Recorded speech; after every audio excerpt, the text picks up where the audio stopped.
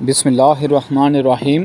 سریہ کعب بن عمیر الغفاری رضی اللہ تعالی عنہ، تاریخ ذوالقعدہ 7 ہجری، فروری 629 عیسوی، مقام شام کی سرحدی بستی ذات اطلع، آج کا جنوبی اردن کا علاقہ۔ غزوہ خیبر کے بعد اسلام کی آواز مدینہ سے نکل کر شمال کی طرف شام تک پہنچنے لگی تھی۔ رسول اللہ صلی اللہ علیہ وسلم چاہتے تھے کہ اسلام کا پیغام دور دراز قبائل تک بھی پہنچے۔ اسی مقصد کے لیے مختلف صحابہ رضی اللہ تعالیٰ عنہ کو دعوتی مشن پر بھیجا گیا۔ ذات اطلع شام کی سرحد پر ایک بستی تھی جہاں کچھ عیسائی عرب قبائل رہتے تھے۔ رسول اللہ صلی اللہ علیہ وسلم نے ایک چھوٹا قافلہ وہاں بھیجا تاکہ لوگوں کو اسلام کی طرف بلائے۔ اس قافلے کا امیر حضرت کعب بن عمیر الغفاری رضی اللہ تعالیٰ عنہ تھے۔ روانگی تقریباً 15 صحابہ رضی اللہ تعالیٰ عنہ پر مشتمل یہ مختصر جماعت مدینہ سے روانہ ہوئی۔ وہ جنگی مہم کے طور پر نہیں بلکہ دعوت اسلام کے پیغام کے ساتھ گئے تھے۔ راستے میں حضرت کعب بن عمیر رضی اللہ تعالیٰ عنہ نے اپنے ساتھیوں سے کہا، ہمارا مقصد تلوار نہیں کلمہ ہے۔ ہم چاہتے ہیں کہ یہ لوگ اللہ کے دین کی روشنی قبول کریں۔ اگر وہ بات مان لیں تو ہمارے لیے بڑی کامیابی ہے، اور اگر انکار کریں تب بھی ہمارا کام پہنچانا ہے۔ ذات اطلع میں دعوت اور رد عمل۔ جب یہ قافلہ ذات اطلع پہنچا تو وہاں کے سرداروں اور عوام کے سامنے اسلام کی دعوت پیش کی گئی۔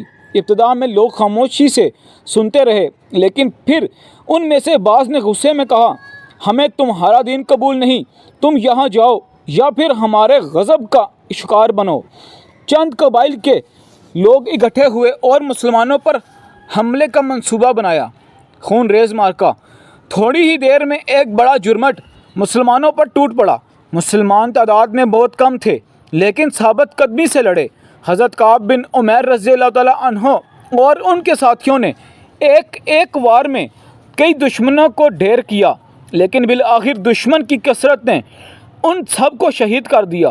یہ قافلہ پوری طرح شہادت کا جام پی گیا، سوائے ایک صحابی رضی اللہ تعالیٰ عنہ کے جو زخمی حالت میں بچ نکلے اور مدینہ واپس پہنچے۔